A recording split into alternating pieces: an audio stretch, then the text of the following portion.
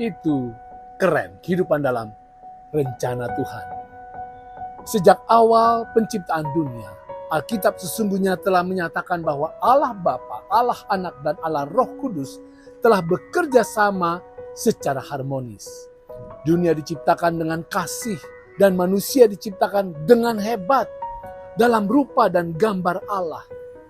Untuk apa? Agar dapat memiliki hubungan yang penuh dengan kealahan dan dengan sesama. Namun dosa diperkenalkan oleh Lucifer. Dia menyusup di antara hubungan manusia dan kealahan. Maka itulah yang menghancurkan hubungan yang indah antara manusia dengan Allah. Setan membawa ketidakpercayaan dan kesalahpahaman tentang siapa Allah yang sebenarnya. Yesus datang ke dunia untuk memperkenalkan kembali Allah Bapa dan untuk memulihkan pemahaman manusia tentang kasih dan kebenarannya. Dia juga memperkenalkan Allah Roh Kudus sebagai penolong yang akan memimpin dan membimbing umat percaya setelah Yesus kembali ke surga. Pertama, Yesus memperkenalkan Allah Bapa. Dia tekankan bahwa dia datang untuk menyatakan kasih dan kehendak Bapa. Dia katakan, barang siapa telah melihat aku, ia telah melihat Bapa.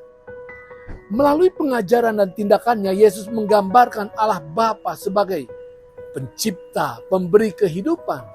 Sama seperti Bapa yang hidup mengutus aku, dan aku hidup oleh Bapa, demikian juga barang siapa yang memakan aku, ia akan hidup oleh aku. Yang menerima Yesus akan hidup oleh Yesus.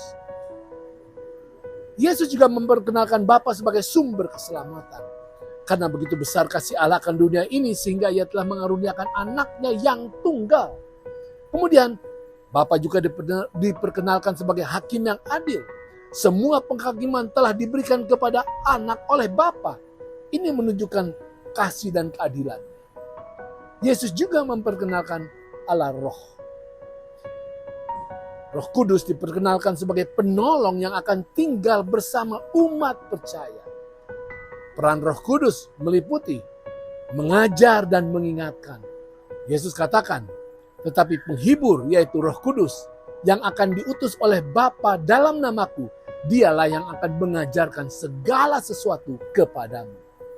Roh Kudus juga adalah untuk meyakinkan dunia, menobatkan dunia.